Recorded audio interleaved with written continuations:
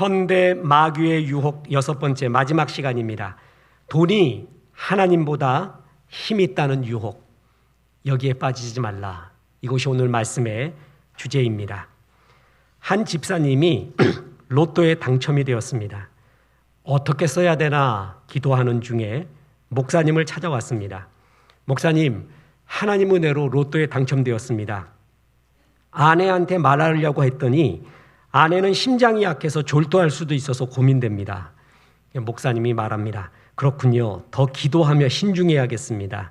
집사님이 말합니다. 예, 계속 기도한 끝에 이 돈을 제일 잘 활용할 수 있는 분은 목사님이라고 생각돼서 목사님께 드리기로 했습니다. 그 말을 들은 목사는 졸도해서 천국에 가셨습니다. 누구나 듣는 돈의 위력, 목사도 예외가 아닙니다. 참고로 말씀드립니다. 저는 이 정도로 졸도하지 않습니다. 아무 염려하지 마십시오. 현대 마귀의 유혹, 마지막이자 최고의 유혹. 그 어느 시대에 와도 물질에 대한 유혹은 변함없고 갈수록 강해집니다. 이제 하나님의 자리까지 올라갑니다. 오늘 우리는 가룟 유다에 대한 말씀을 근거로 해서 성경적인 물질관을 살피려고 합니다. 첫째로, 돈이 하나님보다 힘있다는 유혹에 속지 마십시오. 말로는 하나님이 최고 능력자라고 말하지만 현실을 사는 우리는 돈이 가장 힘있다라는 유혹 속에서 항상 돈을 하나님 자리에 놓고 사는 유혹 속에 살고 있습니다. 흥사단 투명사회운동본부 윤리연구센터가 전국 초, 중고등 학생 1만 1천 명을 대상으로 10억을 받는 대신 감옥에서 1년을 살아야 한다면 어떻게 하시겠습니까? 라는 질문을 했습니다. 그랬더니 고교생의 56%는 10억 주면은 1년 정도 감옥에 살 수 있다. 56%가요. 응답을 합니다. 일부 누리꾼들이 그 소식을 듣고 평생 벌어도 10억 못 버는데 나는 10억 주면 5년도 갈 수 있다. 이렇게 이야기했습니다. 이것은 진짜일 것입니다. 저는 제가 직간접으로 어느 사기꾼 경제사범의 경우를 직간접으로 보았습니다. 그러면서 지금은 어떻게 됐는지 모르지만 옛날에는 경제사범 사기쳐서 들어간 거 기껏해야 5년이래요. 그래서 하는 말이 나 5년 살고 나와서 사기쳐서 그동안에 모아놓은 숨겨놓은 은닉해놓은 돈으로 평생 살리라. 룰루랄라 들어가 버렸대요. 제가 직접 들었던 일입니다. 이런 일이 있을 수가 있을까? 그런데 아이들마저도 조금 인생 산 사람은 나는 5년도 갈 수 있다. 10억 주면은. 이런 시대, 날이 갈수록 이런 시대가 되었습니다. 돈이 있으면 귀신도 부릴 수 있다는 말이 있습니다. 모든 길은 돈으로 통한다는 말도 있고 돈이 있으면 안 되는 일이 없고 돈이 없으면 되는 일도 없다라는 말. 이 정도로 돈의 위력을 우리는 알고 있습니다. 오죽했으면 예수님께서 돈을 가리켜 하나님 자리에 거의 올라온 두 주인이라고 했겠습니까? 우리는 이런 시대에 살고 있습니다.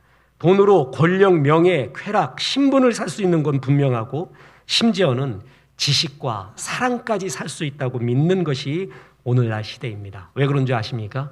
지금 이 세계를 지배하고 있는 사상의 체계의 우뚝 봉우리에 돈이 있습니다. 유물론과 물질주의, 성공주의.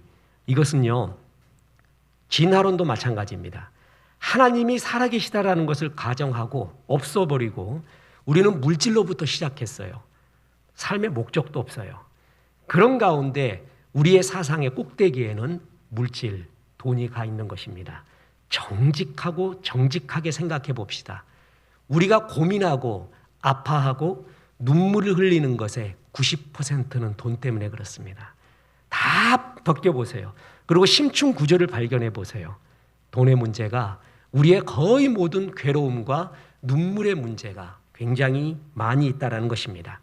오늘 가롯 유다를 보십시오. 14장 10절에 12 중에 하나인 가룟 유다가 예수를 넘겨주려고 대제사장들에게 가매 그들이 듣고 기뻐하여 돈을 주기로 약속하니 유다가 어떻게 넘겨줄까 하고 그 기회를 찾더라. 유다는 예수님을 돈을 받으려고, 예수님을 팔아버리고 돈을 받으려고 흥정하고 있습니다. 이와 동일한 사건이 마태복음 26장에 나오는데 구체적인 가격이 제시됩니다. 은 30. 가룟 유다에 대한 여러 해석이 있습니다. 그런데 성경적인 해석이 아닌 인본주의적 인문학자가, 그런 소설가들이 말하는 가룟 유다에 대한 해석을 받아들이지도 믿지도 마십시오. 굉장히 위험합니다. 옳지 않습니다. 인본주의 인문학자들은 가룟 유다를 미화해서요, 애국자니 인간적인 휴머니스트니 심오한 실존주의 철학자 같이 가룟 유다를 굉장히 포장합니다. 심지어 어떤 사람은 이렇게 말합니다. 유다가 없었으면 예수님이 십자가에 가지 않는 거 아니냐. 유다는 하나님의 일에 기여했다라는 정말 정신나간 소리 합니다. 유다 없이도 예수님 십자가 갑니다. 그런 염려하지 마세요. 유다는 그런 존재가 아닙니다. 성경이 말하는 정확한 성경이 해석하는 유다, 그는 돈의 유혹, 돈을 사랑하였고 돈 때문에 자기 스승까지, 아니 하나님까지 팔아버렸던 사람의 상징, 그가 바로 가룟 유다였습니다. 보십시오. 요한복음 12장에 보면 마리아가 향유옥합을 주님의 발 앞에 붓는 장면이 나오죠. 요한복음 12장 5절 6절에 그랬더니 향유옥합을 붓는 것을 가룟 유다가 보고 이렇게 말합니다. 보세요. 이 향유를 어찌하여 300데나리온에 팔아, 계산도 되게 빨라요. 보자마자 알아요. 돈 저거 어느 정도 가격이 되는지. 가난한 자들에게 주지 아니하였느냐 하니, 이렇게 말함은 가난한 자들을 생각함이 아니요 그는 도둑이라 돈꾀를 맞고 거기 넣는 것을 훔쳐감이라. 성경은 정확하게 말하죠. 마리아가 하는 헌신을 자기가 못하니까 헌신하는 사람을 말도 안 되는 말로, 따뜻한 휴머니스트로 공격을 합니다. 가난한 자에게 주지 그러느냐 이러면서 성경은 그 말이 가증스럽다고 말합니다. 위선이라고 말합니다. 그는, 성경이 말합니다, 도둑이라. 돈꾀를 맞고 거기 넣는 것을 훔쳐갑니다. 가룟 유다는 예수님을 팔 때 돈을 사랑하는 본성이 드러난 게 아니라 평소에 그랬습니다. 평소부터 그는 돈에 대한 유혹을 이기지 못합니다. 그러다가 그 하이라이트가 예수님마저도 팔는 것이죠. 유다가 그런 존재였습니다. 성경은 돈 자체를 악이라고 하지 않습니다. 돈은 필요하다고 말합니다. 그리고 잘 사용하라고 말합니다. 그러나 돈을 사랑하지 말라. 돈을 섬기지 말라. 오늘 우리가 암송했던 디모데전서 6장 10절처럼 돈을 사랑함이 일만악. 일만악의 뜻이 뭐예요? 인생의 모든 악, 모든 근심의 기본이다. 그래서 돈을 사랑하는 사람은 돈을 버는지 안 버는지도 모르겠지만 그는 평생 근심으로 자기를 찔렀다고 말했습니다. 돈 필요하다. 그러나 사랑하지 마라. 그러나 참 많은, 거의 모든 사람들이 빠져있는 범죄가 이 범죄다. 오늘 가룟 유다의 범죄를 보십시오. 성전에서 돈을 바꾸던 무리들의 마음속에 있었던, 돈을 향하던, 성전의 예배보다 더 중요시했던 돈에 대한 범죄를 보십시오. 돈을 좋아했다고 하나님이 직접 말씀하시는 바리새인의 범죄를 보십시오. 예수님을 찾아왔지만 영생과 영혼의 문제에 정말 관심이 있지만 돈 때문에 근심하여 떠났던 부자 청년의 이야기를 기억하십니까? 아나니아와 삽비라의 범죄, 돈으로 성령을 사려고 했던 마술사 시몬의 죄, 은으로 우상을 가공하던 데메드리오, 우상을 더 이상 복음 때문에 만들 수 없자 반역을 일으키는 그의 모습을 보십시오. 또한 이 세상에서 가장 아름답게 쓰임받은 사람 중에 하나인 바울 사도를 떠나며 세상을 사랑하여 데살로니가로 갔던 데마를 기억하십니까? 이 사람들 전부가 빠져 있는 것이 물질에 대한 사랑, 물질에 대한 욕심이 주의 나라보다 더 컸던 것입니다.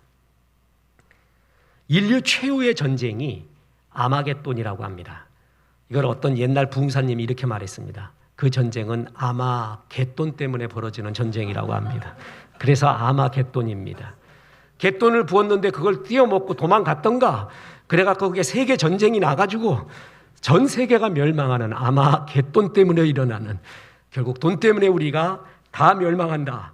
그래서 예수님은 돈이 하나님 자리에 올랐다. 구약에 여러 잡신들이 있었거든요. 신약에 별로 언급을 안 해요.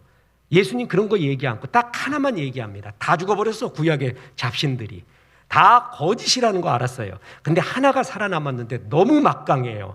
어느 정도냐 하면은 하나님과 맞짱 뜨려고 해요. 그래서 두 주인이라고까지 표현을 합니다. 보십시오. 마태복음 6장 24절. 한 사람이 두 주인을 섬기지 못할 것이니 혹 이를 미워하고 저를 사랑하거나 혹 이를 중히 여기고 저를 경히 여김이라. 너희가 하나님과 재물을 겸하여 섬기지 못하느니라. 하나의 신이 남았대요. 재물, 돈 신입니다.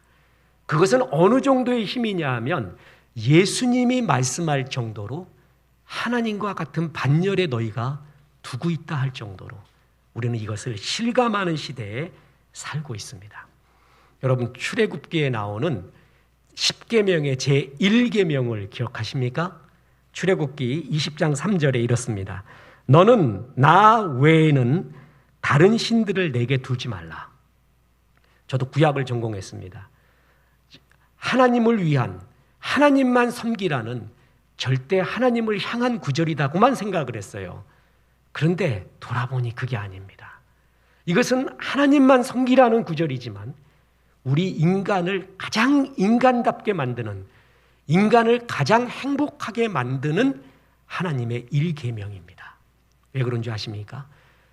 나 외에 다른 신을 두지 않을 때 비로소 하나님이 나에게 주인 되실 때 내 삶의 질서와 조화, 평화가 오게 됩니다. 그런데 하나님 외에 다른 신이 나에게 들어왔어요. 돈이 들어왔어요. 미움이 들어왔어요.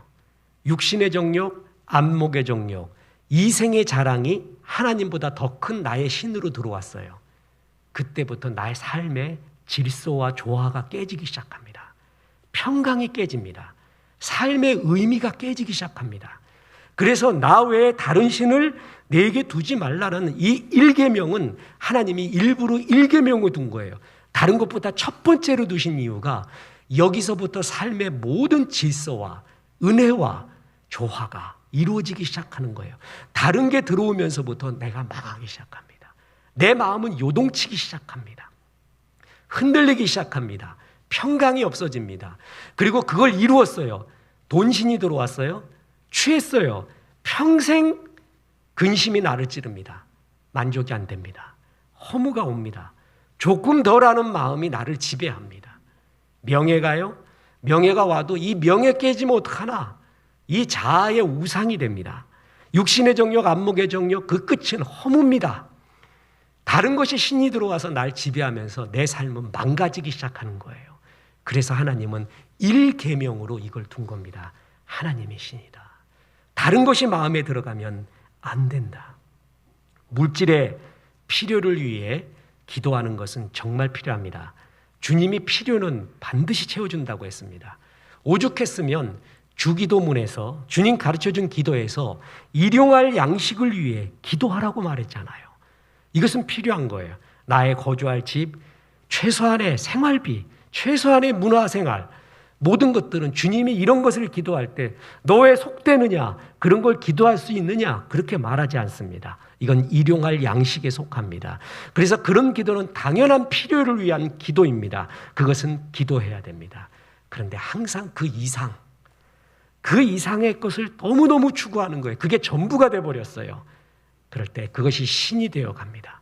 심지어는 돈이 신이고요. 하나님은 그 돈을 만들어주는 알라딘의 램프의 종이 됩니다. 돈이 신이에요. 목적은 돈이에요. 하나님은 왜 믿냐 하면은 그 돈을 잘 만들어주는 분. 이렇게 된다면 우리 하나님은 정말 우리에게 어떤 존재입니까? 세컨, 서드도 아니라 하나님이 이렇게 비참하게 갔습니까? 종교개혁할 때, 부흥회 때 항상 하는 말이 있습니다. Let God be God. 하나님을 하나님 되게 하라. 나 외에 다른 신 두지 마라. 돈이 하나님보다 더 힘이 있다라는 헛된 유혹에서 벗어나라. 주님이 최고의 능력자요. 우리에게 가장 아름다운 것을 주시는 분은 주님이라는 것을 기억하라는 것입니다. 두 번째이자 또한 결론적인 성경의 물증간이 있습니다. 하나님 나라를 위하여 잘 벌고 잘 쓰십시오. 잘 보십시오. 잘 번다라는 것은 전제가 있습니다. 잘 쓰기 위해 번다라는 것입니다. 헛되게 쓰기 위해 잘 벌도록 기도하는 게 아니라 잘 쓰기 위해 잘 보시기 바랍니다. 제가 설교 때 종종 말하는 정말 존경하는 선배이자 소천하신 목사님이 말년에 의인이 땅을 많이 차지하라 라는 설교와 말씀을 나눌 때 정말 충격적이었습니다. 저분이 저런 말씀하실 분이 아닌데 어떻게 그리스도인이 땅 사라는 말을 할까 이해를 못했어요. 그분의 말씀인 적 이렇습니다. 악인이 땅 산 걸 보니까 전부 도박장 만들고 카바레 만들고 이상한 거 만들더래요. 의인이 샀더니 교회당 짓고 경로당 짓고 장애인 위한 시설 짓고 선교센터 만들고 이웃을 위한 밥터 만들어주고 그러더래요. 평균적으로 보니까. 의인들아 힘내서 땅 많이 차지해라. 그 얘기는 뭐죠? 땅을 차지하라는 게 아니죠. 잘 쓰라는 것이에요. 그래서 우리는 하나님의 영광 위하여 잘 보십시오. 주의 은혜로 잘 보십시오. 그리고 하나님 나라 위에 잘 쓰는 것, 그것이 아주 간단한 이 원리가 성경적 물질관입니다. 주의 은혜로 잘 보십시오. 럭펠러, 빌 게이츠가 벌었던 돈의 3배 정도. 어떤 학자는 5배래요. 정말 세계 최고의 부자죠. 그에게 부와 성공의 이유를 기자가 물었습니다. 그랬더니 그가 이렇게 말합니다. 부자가 되기 위해선 3가지가 필요합니다. 첫째는 행운입니다. 두 번째도 행운입니다. 마지막은 역시 행운입니다. 행운을 볼 줄 아십시오. 행운을 잡으십시오. 그리고 행운을 이용하십시오. 그가 무신론자 기자와 대담을 했기 때문에 행운이라고 말했죠. 이걸 성경적으로 뭐라고요? 은혜예요. 첫째도 하나님의 은혜, 둘째도 은혜, 세 번째도 은혜라는 것입니다. 성경을 보십시오. 신명기 8장 18절에 내 하나님 여호와를 기억하라. 그가 내게 재물 얻을 능력을 주셨습니다. 재물 얻을 능력도 누가 줬다고요? 하나님이 줬습니다. 머리 좋은 분에게 권면합니다. 그 머리를 누가 줬습니까? 체력 좋은 분에게 물어봅니다. 그 체력을 누가 줬습니까? 재능이 많은 사람한테 물어보겠습니다. 그 재능을 누가 줬습니까? 항상 내가 가지고 있다고 얘기하면 교만에 빠지면 삶이 비뚤어집니다. 재물 얻을 능력, 너의 머리, 체력, 만나는 만남, 열어주심, 그 모든 것이 누가 줬다고요? 하나님이 줬다고 합니다. 2002년에 노벨 경제학상을 수상한 이스라엘 출신의 행동경제학자 다니엘 카너만, 아주 유명한 사람입니다. 실험을 많이 하고 통계를 많이 낸 사람이죠. 이 사람이 개인 능력과 성공과의 상관관계는 30% 정도, 나머지는 70%는 운에 달렸다고 말합니다. 과학자가, 경제학자가 임상 통계를 가지고 내면서 얘기한 게 이겁니다. 이 사람도 할 수 없어서 운이라고 말했지만 하나님의 은혜죠. 은혜입니다. 이거는 노력만 갖고 되는 게 아니라는 것입니다. 똑같이 노력합니다. 사장님들 중에 노력 안 하는 사람 누가 있습니까? 그래서 마쓰시타 고노스케 일본 경영 3대 신 중에 하나죠. 나는 똑같이 노력을 했기 때문에 노력이라는 말은 않겠다. 누구나 다 한다. 근데 왜 나는 성공했느냐? 행운이라고 말합니다. 다시 말합니다. 이 행운은 하나님의 은혜입니다. 어부가 고기를 잡아 내다 팔면은 돈을 법니다. 묻습니다. 그 고기는 누가 주신 겁니까? 그 바다는 왜 싱싱하고 왜 거기에 고기가 넘쳐나죠? 주님이 아니면 할 수가 없는 것입니다. 주의 은혜 떠나서 아무것도 안 됩니다. 재물 얻을 능력을 주님이 주십니다. 하나님이 열어주시면 닫을 자가 없습니다. 그래서 축원하기는 주의 은혜로 잘 보시기를 주님의 이름으로 축원합니다. 근데 또 하나 기억하십시오. 하나님 나라 위에 잘 쓰십시오. 그러기 위해 잘 벌라고 하는 것입니다. 제가 하나님이 기뻐하는 기도를 가르쳐 드리겠습니다. 주여, 내 사업 성공해서 돈 좀 많이 벌게 해주옵소서. 그걸 기복기도라고 합니다. 그런 기도는 들어주질 않습니다. 주님이 꼭 물어봅니다. 왜 네가 잘 돼야 되니? 목적을 묻는다 그랬죠. 돈을 벌고 사업을 성공하는 것은 목표라고 합니다.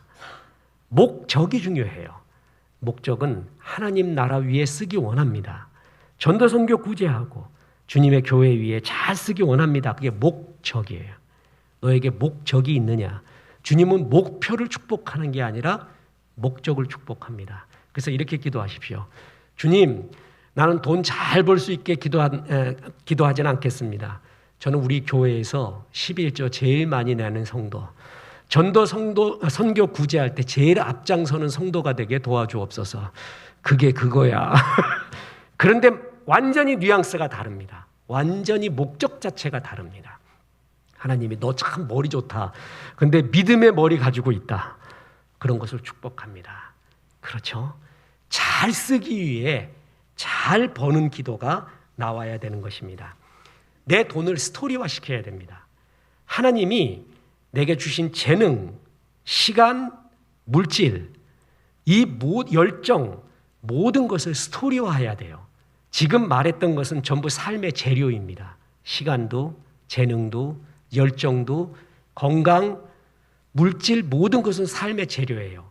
하나님은 그걸 줘놓고 그것을 가지고 무엇을 하는가, 무슨 스토리를 만드는가. 내 물질은 스토리화돼야 돼요. 재능도 스토리화돼야 돼요. 쉽게 이야기하겠습니다. 돈을 많이 벌었어요. So what? 그래서 뭐 어쨌다는 거야. 그 돈 갖고 뭘 했니? 너의 그 돈에 대한 스토리가 있니? 나는 이런 재능이 많아요. 그래서 어쨌다는 거야. 그 재능 갖고 하나님께 드렸던 생명의 사역을 했던 스토리가 있니? 우리 주님은 결산의 날 성도들에게 물을 것입니다. 얼마나 많이 모았는가? 나는 어느 위치까지 올라갔는가? 얼마나 많은 재능을 가지고 있었는가? 그건 소용없는 거예요. 그건 안개같이 다 날아가는 거예요. 그걸 갖고 무엇을 하였는가? 그 물질을 가지고 무슨 스토리가 있느냐? 하나님께 드릴 이야기가 있느냐? 간증이 있느냐? 이것이 나의 간증이요. 이것이 나의 하나님께 드릴 이야기입니다. 나의 물질에 그 이야기가 있느냐? 스토리가 있느냐? 너의 재능에 그런 스토리가 있느냐? 하나님은 그것을 보십니다. 두 종류의 사람이 있습니다. 물질을 가지고 하나님을 거역하는 데 쓰는 사람이 있고요. 물질을 가지고 하나님의 영광을 위하여 사용하는 사람이 있습니다.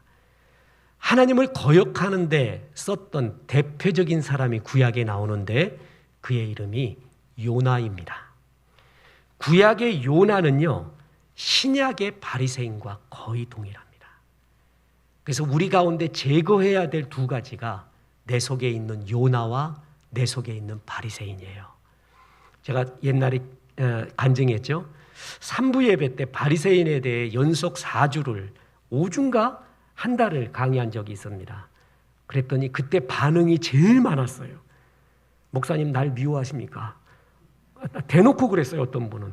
왜 내 얘기를 하냐?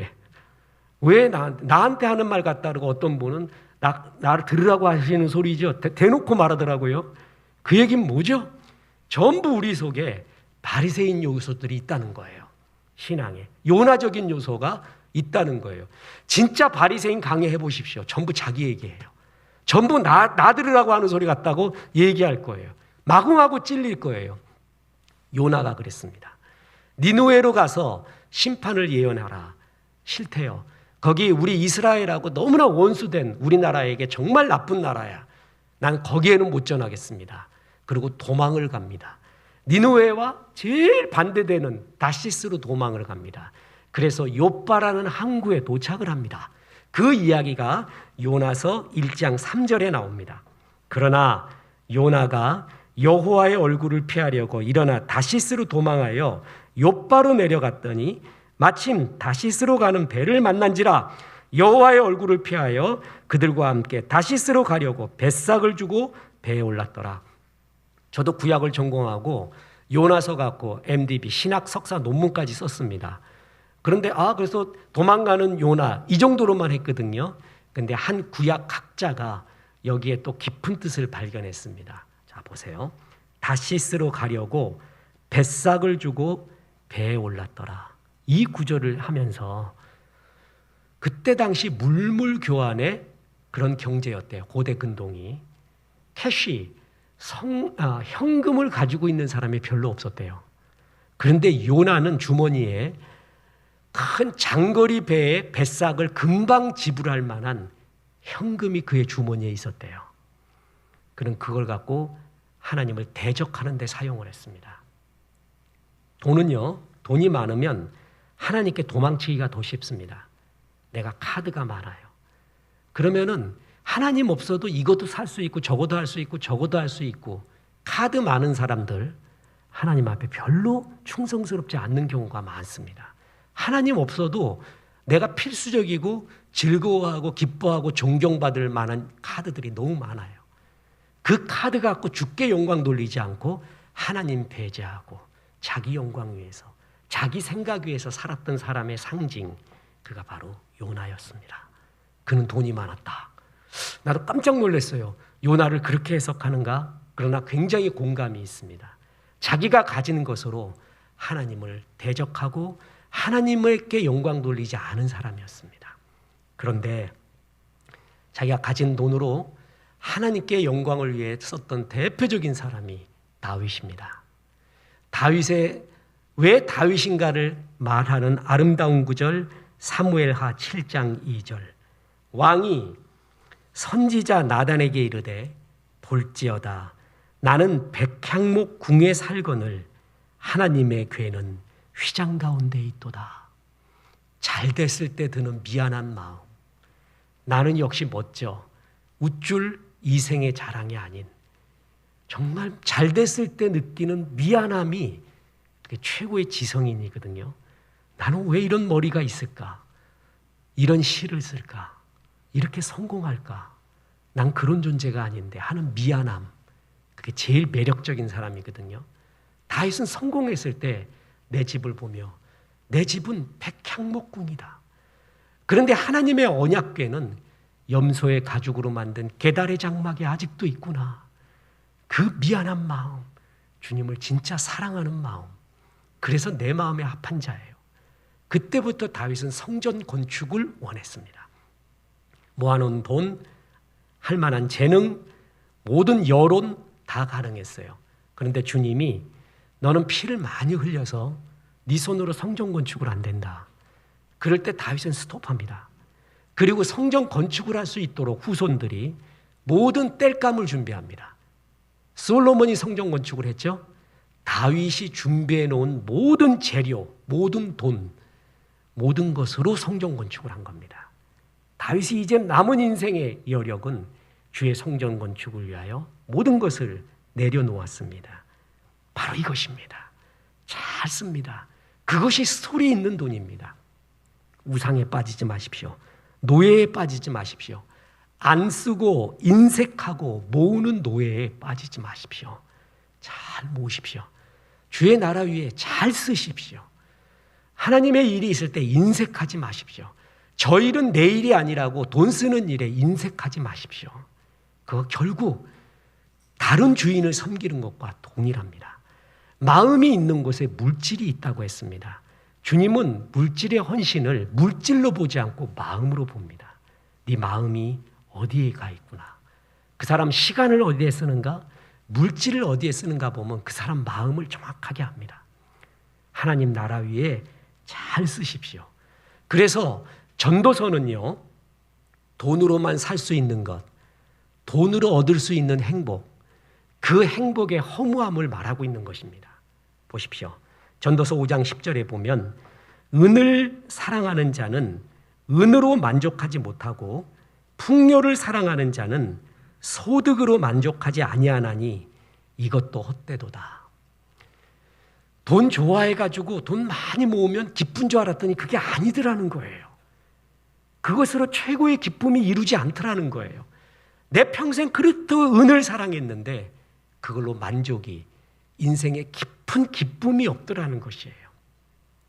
미국의 경제학자 이스털린에 의하면은 인간은 기본적 욕구가 충족되면 소득이 증가해도 행복에 영향을 주지 않는데요. 그러니까 돈이 이만큼 증가하면 이만큼 행복이 되고 이만큼 증가하면 이만큼 행복이 증가하느냐? 아니더라는 거예요. 기본적인 것이 만족되면 돈이 아무리 증가해도 깊은 행복이 그만큼 증가하지 않는다라는 것입니다. 그러면 진짜 행복은 어디 있을까요? 영원에 있습니다. 왜냐하면 우리 인간은 영원을 사모하는 존재로 만들어졌거든요. 영원이 채워져야 돼요. 영원에 대해 내 물질과 시간과 재능이 투자가 됐어요. 그래서 영혼의 생명의 사역이 이루어질 때 영혼에 대한 진짜 기쁨이 솟아나고 그것이 C.S. 루이스가 말하는 최고급의 기쁨이에요. 기쁨도 하급이 있고 최상급이 있다는 거예요. 최고의 기쁨은 바로 영혼의 기쁨이고 내가 영혼의 일에 동참했을 때 얻는 영혼이 구원되고 주 앞에 돌아오고 이때의 이런 기쁨은 말할 수 없는 기쁨이라는 것입니다. 보십시오. 전도서 3장 11절 하나님이 모든 것을 지으시되 때를 따라 아름답게 하셨고 또 사람들에게는 영원을 사모하는 마음을 주셨느니라. 그래서 영혼이 채워지지 않으면 영혼의 사역에 내가 동참하지 않으면 진짜 기쁨은 없다는 겁니다. 보십시오. 우리 나이 든 분들은 잘 아는 삼성그룹의 창업자인 이병철 씨, 그분의 별명이 뭐라고요? 네, 돈병철. 바로 나와요. 나 인생 먹으면 인생의 짙은 말이 나와. 내가 청년 집회에서 이병철 아냐니까 한 명도 몰라. 그래서 내가 꿍꾸나 했어요. 너무나 당연히 알고 있으리라 생각했는데 그는 돈이 있어서 소유의 기쁨이 있잖아요. 체험 성취의 기쁨이 있는 거 아시죠? 그가 독교 선언을 하면서 삼성이 반도체를 선택합니다. 지금 4차 산업혁명, 지금 시대, 그리고 우주로 나가는 5차 산업혁명 시대에 반도체는 핵심 중에 핵심입니다. 국가 최고의 기간 사업이 될 것입니다. 그 반도체의 여러 분야가 있잖아요. 설계, 찍어내는 파운더리, 또 메모리, 또 뭐 한 분야, 4개의 분야 중에 우리나라가 2개의 거의 최고권이 작게 만들고 대단합니다. 근데 이 시작이 뭐냐면은 이병철 씨의 선택이에요. 그리고 집중을 했어요. 정말 놀랍습니다. 제가 이 설교했더니 우리 교회 집사님 한 분이 제가 그 자리에 있었습니다. 그 말은 진짜입니다. 그리고 선택만 한 게 아니라 얼마나 거기에 집중했는지 모릅니다. 말도 못하게 했습니다. 그거 직접 간증을 들었어요. 그래서 이렇게 됐어요. 그는 소유의 기쁨, 체험 성취의 기쁨이 있었죠. 근데 존재의 기쁨이 없었습니다.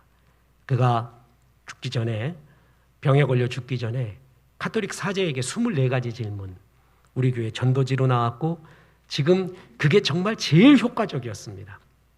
어느 단체에서 우리 교회에서 이병철 소책자 24가지 질문에 새로운 전도지를 만들 때 우리 것까지 포함해 주십시오 라고 부탁할 정도로 정말 많은 곳에서 생명의 사역이 있었던 것입니다. 그 질문은 그렇습니다. 내가 누굽니까? 죽으면 어떻게 되죠? 천국과 지옥이 진짜 있습니까? 이런 이야기, 존재에 대한 이야기입니다. 영원에 대한 이야기입니다. 그는 소유의 기쁨, 체험 성취의 기쁨이 있었지만 존재의 기쁨이 없었습니다. 그 중에 제일은 존재의 기쁨입니다. 영혼을 사모하는 존재. 그래서 나의 물질이, 나의 시간이, 재능이 영혼 구원, 영혼에 대한 하나님 나라에 쓰이지 않는다. 그러면 그것은 아무것도 아니라는 것이 본인도 압니다. 잘 써야 됩니다. 미국의 신학자 피터 라이브는 돈으로 살 수 없는 것들을 말했습니다. 돈으로 사람은 살 수 있으나 마음은 살 수 없다. 돈으로 호화로운 집은 살 수 있어도 행복한 가정은 살 수 없다. 최고의 침대는 살 수 있어도 달콤한 잠은 살 수 없다. 돈으로 책은 살 수 있어도 삶의 지혜는 살 수 없다. 돈으로 지위는 살 수 있어도 가슴에서 우러나오는 존경은 살 수 없다. 쾌락은 살 수 있으나 기쁨은 살 수 없다. 화려한 옷은 살 수 있으나 내면에서 우러난 아름다움은 살 수 없다. 돈이 있으면 성대한 장례식을 치를 수 있지만 행복한 죽음은 살 수 없다. 돈을 추구했던 유다, 그의 죽음이 정말 비참했습니다. 유다는 도둑이라 그랬죠. 그래서 훔쳤어요. 묻습니다. 유다는 훔쳤던 도둑 돈으로 뭘 했을까요? 성경에 답이 나옵니다. 땅을 샀습니다. 그 돈으로 땅 샀어요. 자, 보세요. 사도행전 1장 18절. 이 사람이 불의의 삭스로 밭을 사고 후에 몸이 곤두박질하여 배가 터져 창자가 다 흘러나온지라. 밭을 샀어요. 그 밭에서 목매달아 죽습니다. 굉장히 아이러니하죠. 평생 돈 사랑해서 샀던 밭, 그 밭에서 그는 목매달아 죽게 됩니다. 예수 팔고 난 다음에 이제 은 다시 가져가라 그랬더니 바리새인들이 안 받아요. 그럼 그거 너 다시 가져가라. 유다는 그때 목매달아 나중에 떨어져서 어디는 목매달아 죽었다 그러고 어디는 배가 터졌다 그러는데 무슨 말입니까? 간단합니다. 목매달았는데 그 나무 가지가 부러져 버렸네. 그래서 떨어져 가지고 다 배 터진 거예요. 어려운 거 없습니다. 보십시오. 그는 밭은 남았습니다. 그런데 목숨은 버렸습니다. 성경 그대로지 않습니까? 마가복음 8장 36절. 사람이 만일 온 천하를 얻고도 자기 목숨을 잃으면 무엇이 유익하리요? 뭘 남기려고 그토록 인색한가? 하나님의 일이 눈앞에 있는데 뭘 남기고 뭘 사드리려고 그렇게 인색한가? 거기서 내가 죽으면 무슨 소용이 있는가? 유다가 또 그랬습니다. 평상시부터 돈 사랑해서 모아놨던 걸로 밭 사고 그 밭에서 목매달아 죽어버렸어요. 이 비극, 이 슬픈 스토리를 아십니까? 잘 보십시오. 그리고 하나님 나라 위에 잘 쓰십시오. 록펠러처럼 처음에는 모으는데 화신이 되어서 발광을 하다가 평강을 잃어버리고 기쁨을 잃어버리고 살다가 그가 병들고 난 다음에 깨달은 것이 있지 않습니까? 나누어지는 것에 대한 깨달음. 그래서 병원에 갔습니다. 그랬더니 거기에 하나님의 말씀 사도행전 20장 35절이 있어요. 주는 것이 받는 것보다 복이 있다. 그 말씀 보고 깨달음이 옵니다. 어렸을 때부터의 신앙이 다시 한번 이렇게 일깨워지기 시작을 합니다. 요동치기 시작한 거죠. 주님이 만지기 시작한 겁니다. 그때 보니 카운터에서 막 싸우는 소리가 나요. 치료비 때문에 그랬습니다. 록펠러가 얘기합니다. 비서한테 얘기해서 아무도 모르게 저 소녀의 치료비를 그냥 전해줘라. 그래서 기부를 해가지고 그 소녀가 치료를 받습니다. 그래서 살아나게 됩니다. 그때 얻었던 기쁨을 록펠러는 그동안 그렇게 수없이 빌 게이츠의 3배에 달하는 독점을 통하여 악마의 화신 소리 들어가면서 벌었던 그런 돈의 기쁨보다 크다는 걸 알게 됩니다. 그가 5세 되었을 때 그는 병에 걸리게 됩니다. 그래서 우유 한 잔과 크래커로 살아가게 됩니다. 알로피셔라는 탈모증 비슷한 병인데 머리가 빠지고 눈썹 빠지고 몸이 초췌하게 말라갑니다. 기관지염과 신경병과 위궤양과 탈진으로 쓰러집니다. 1년밖에 못 살 것 같습니다. 그 얘기를 듣고 이제 록펠러는 사생결단하는 기도를 주 앞에 드리기 시작합니다. 그에게는 어릴 적 신앙의 향기가 있었습니다. 어머님이 너무 좋은 신앙인이었습니다. 주일 예배 꼭 드리게 했고 앞에서 드리게 했고 11조 꼭 드리게 했고 그거 다 잊어먹었습니다. 록펠러의 신앙은 완전히 형식이었습니다. 그러다가 그가 기도를 시작합니다. 하나님 내 안에 계신 하나님 기도하다가 그는 벌떡 일어납니다. 아 그랬구나. 내 하나님이 모든 것 되시는구나. 주님을 믿습니다. 그때부터 그는 깨닫습니다. 존경하던 영적 지도자였던 프레드릭 게이츠 목사님을 만나서 내가 어떻게 살아야겠습니까? 록펠러 재단을 만듭니다. 그래서 그때부터 남은 여생을 전부 잘 쓰는 인생으로 살게 됩니다. 이 재단의 수입의 절반 이상을 드립니다. 기적이 일어납니다. 그렇게 잘 먹습니다. 그렇게 잠을 잘 잡니다. 1년밖에 못 살 거라 그랬는데 더 살아서 그는 98세까지 건강하고 치아 하나 상하지 않고 잘 살게 됩니다. 그때부터 그는 그 유명한 시카고 대학을 비롯해 12개의 종합대학, 12개의 단과대학, 뉴욕의 그 유명한 리버사이드 교회를 위시한 4,928개의 교회를 주 앞에 드리게 됩니다. 55세를 넘기기 어렵다고 했던 그는 98개까지 살면서 더러운 자본가라는 오명을 벗고 위대한 자선가, 진짜 그는 두 얼굴이거든요. 그래서 그의 인생 후반전은 진짜 하나님 앞에 위대한 자선가로 살게 됩니다.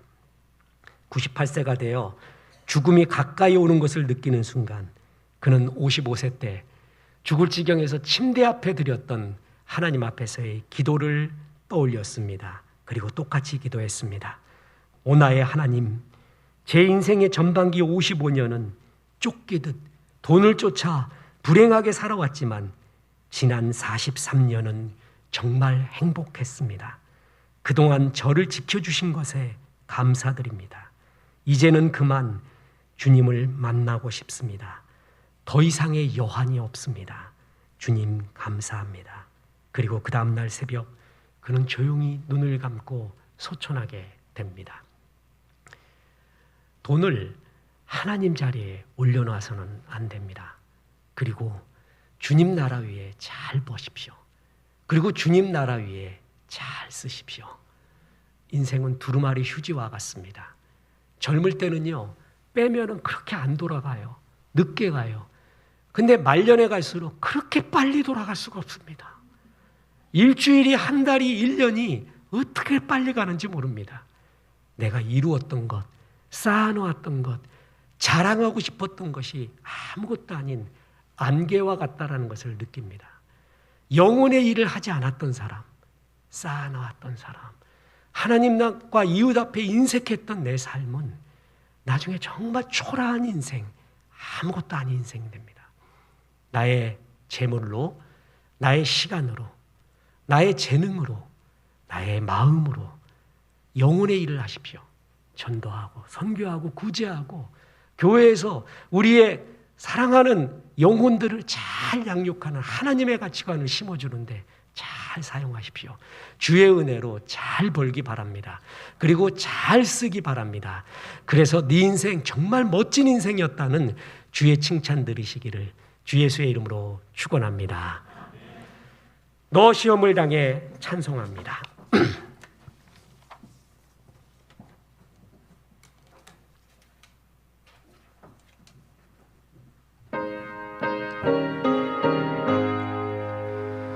너 시험을 당해 죄 짓지 말고 너 용기를 다해 돈 물리쳐라. 너 시험을 이겨 새 힘을 얻고 주 예수를 믿어 늘 승리하라. 우리 구주의 힘과 그의 위로를 빌라. 주님 내 편에 서서 항상 도우시리. 이제는 우리 구주 예수 그리스도의 은혜와 하나님의 크신 사랑과 성령님, 하나님 외에 다른 것을 하나님처럼 마음에 두지 말라 말씀하심이 이 말씀에 아멘 하며 주님 나라 위에 헌신하기로 기도한 성도들에게 함께 하셔서 이제부터 끝날까지 크신 영광 받으시옵기를 우리 구주 예수 그리스도 이름으로 축원하옵나이다. 아멘.